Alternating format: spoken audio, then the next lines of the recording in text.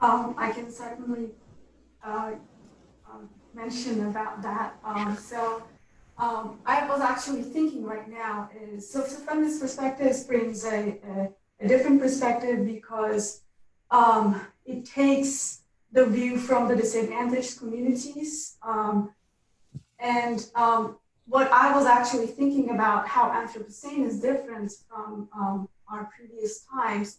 Well, one thing it's different in terms of the scale, as picking up from the planetary boundaries argument and the reaching of these nitrogen, oxygen, carbon and biogeochemicals or oceans warming types of more planetary scale issues. And this is not just about one organization polluting river or polluting the ground water sources of local communities. So we cannot respond by, just isolating organization by organization to doing waste reduction, etc. So that's one thing different.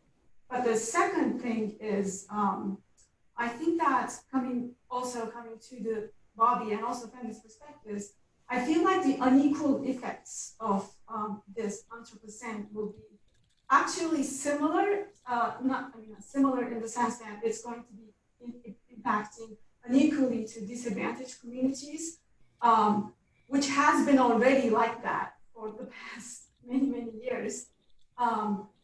So that's not going to change, but it's going to get worse, and that's for sure. The wealthy will be able to may pay out their way out of the natural disaster. I mean, we're seeing from the hurricanes,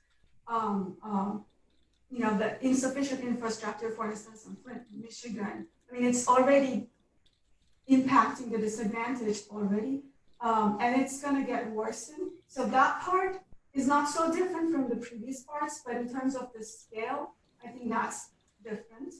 And feminist perspectives always look from the power relations view, from the haves and have-nots view. So that's why ecologies of sustainable concerns bring a different lens to understanding Anthropocene. And even talking about Anthropocene, there are lots of discussions whether we should call it Anthropocene or Capitalocene or Econocene or many zillion names that wouldn't signify the whiteness and the male dominance of masculine dominance of this group.